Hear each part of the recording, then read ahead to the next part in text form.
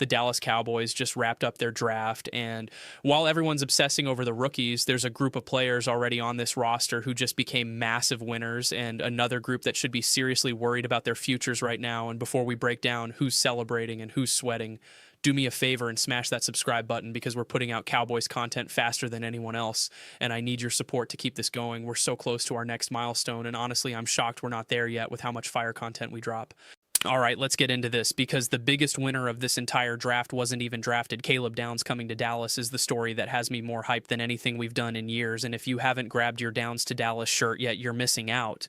But beyond my personal excitement about landing one of the best safeties in football, there's some serious implications for the guys already in this building. The real winners here aren't the rookies walking through the door. They're the veterans who just got a massive vote of confidence or avoided competition that could have ended their careers in Dallas. And the losers, man, some of these guys are probably looking at their phones wondering if their agent has any updates because their spot just got a whole lot less secure. Let's start with the biggest winner on the coaching side, and this tells you everything you need to know about how this organization views the future. Christian Parker just got handed the keys to this defense in a way that most first-year coordinators never experience. Think about it. When you're a rookie defensive coordinator, you usually have to work with what you've got and maybe get one guy you really want, but Parker got his fingerprints all over this draft in a major way, and that should get every Cowboys fan excited about what's coming. Caleb Downs is absolutely a Christian Parker type of player, versatile, smart, can do everything you need at the safety position. And then you look at Devin Moore. That's a Parker corner all day long. They went out and got Malachi Lawrence, another guy who fits exactly what Parker wants to do schematically. And don't sleep on Deshaun Barham either, because that's another piece that screams Parker's influence. The front office basically told this man, "We believe in your vision so much that we're going to give you the tools to execute it immediately. No waiting period, no prove it first year with scraps." And here's what nobody is talking about. This level of trust in a first-year coordinator usually means they think they have something special. You don't hand a defensive coordinator this much draft capital and roster influence unless you think he's the guy who can turn this defense from the embarrassment it was last year into something that can actually compete. And after watching what happened defensively last season, I'm all in on giving Parker whatever he needs.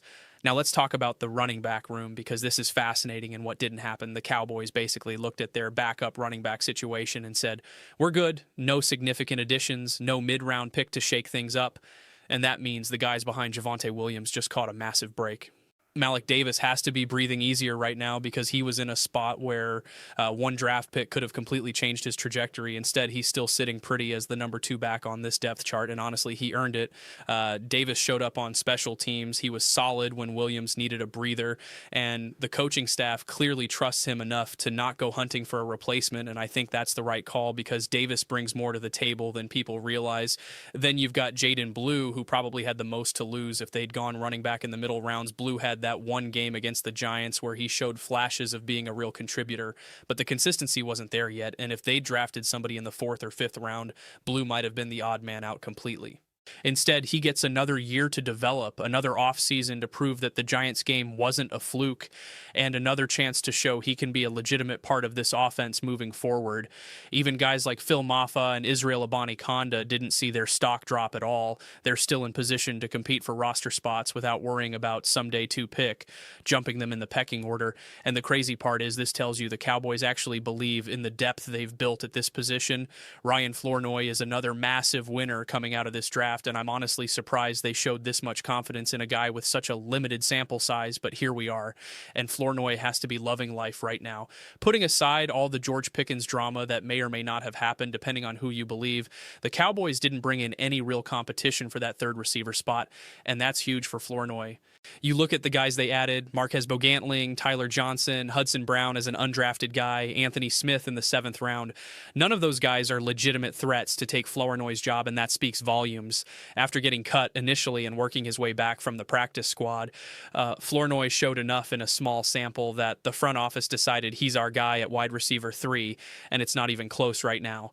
That doesn't mean he's guaranteed anything because this is the NFL and you have to prove it every single day, but the lack of investment in another receiver prospect tells you they're confident in what Flournoy can become. Is he going to be a legitimate number 2 if something happens to CeeDee or Pickens? That's a different question. But as a 3rd option who can contribute and grow within this offense, they clearly think he's capable, and that's why they didn't spend resources chasing someone else. Let's jump to the offensive line because Trevor Keegan has to be feeling pretty good about his situation right now. And if you forgot about Keegan, I don't blame you because he's been the forgotten man on this roster. They've got TJ Bass locked in. They signed Matt Hennessy. And Keegan was that former Eagles guy who played at Michigan that Dallas grabbed off waivers last year and kind of stashed away. But here's the thing. They didn't add interior offensive line competition the way a lot of us thought they might. Sure, they drafted Drew Shelton, but he's more of a tackle. They didn't bring in another guard or center to push Keegan down the depth chart, and that significantly increases his chances of making the 53-man roster. On the defensive line, Otito Ogbonnia is in a similar boat. They added Jonathan Bullard, but when you look at the interior defensive line additions, it's really just LT Overton from the draft, and that's it.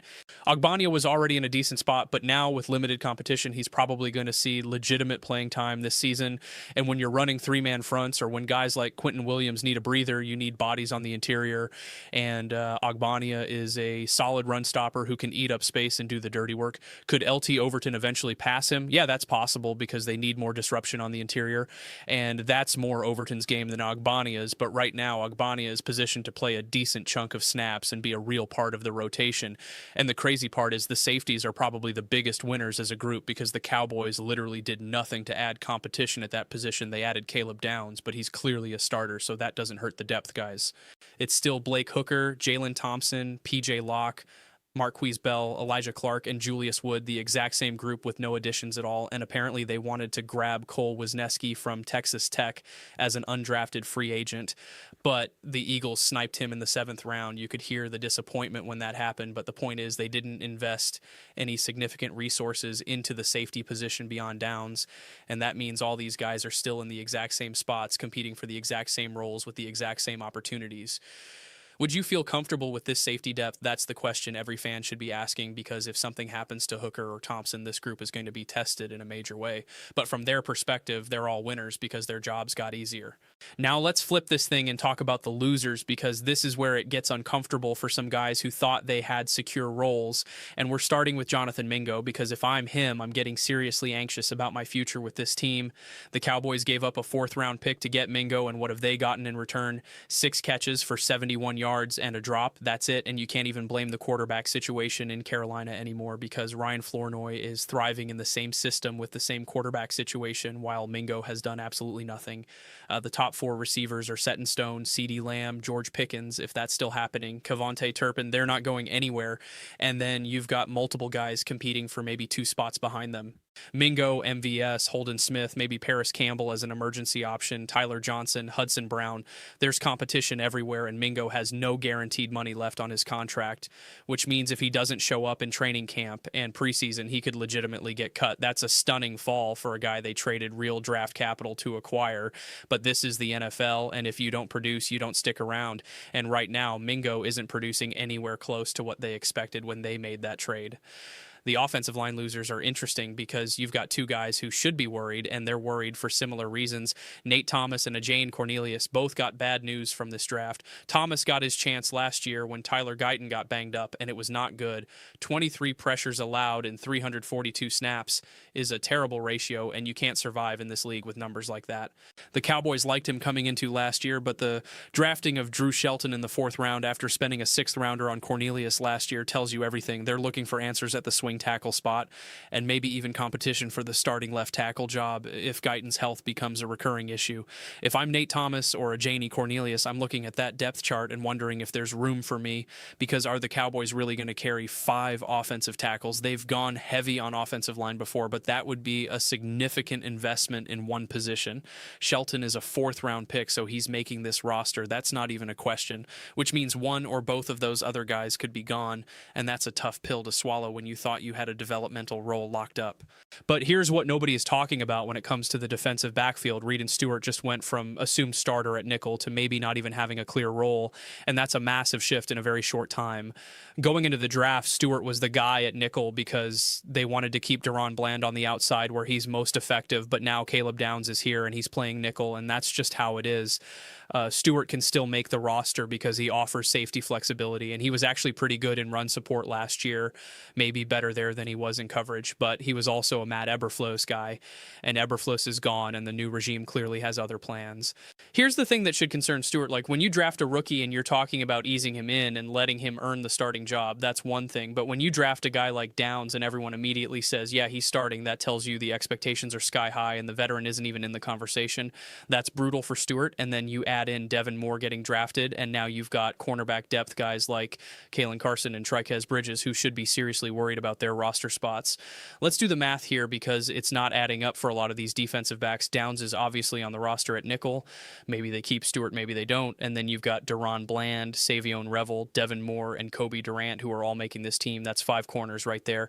Would they carry 6 corners and go 4 deep at safety? Maybe. But are they going to push for 7 defensive backs total? I seriously doubt it. And that means guys like Kalen Carson and Trikez Bridges are on the outside looking in.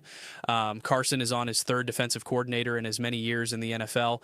He showed promise in week 1 against the Browns and has never lived up to it since. And he got benched down the stretch for Bridges, who also wasn't great and was more of a Matt Eberflus favorite anyway. The body count in this secondary is insane. You've got Darian Kendrick, Zion Shoulders, Josh Butler, all these guys competing for maybe 1 or 2 spots.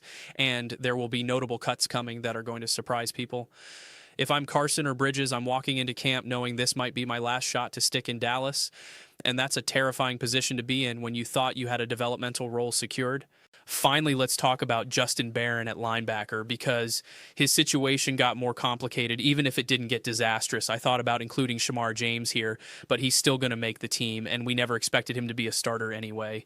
Barron, on the other hand, went from being a pretty secure third linebacker to potentially fighting for a roster spot, and that's a significant change.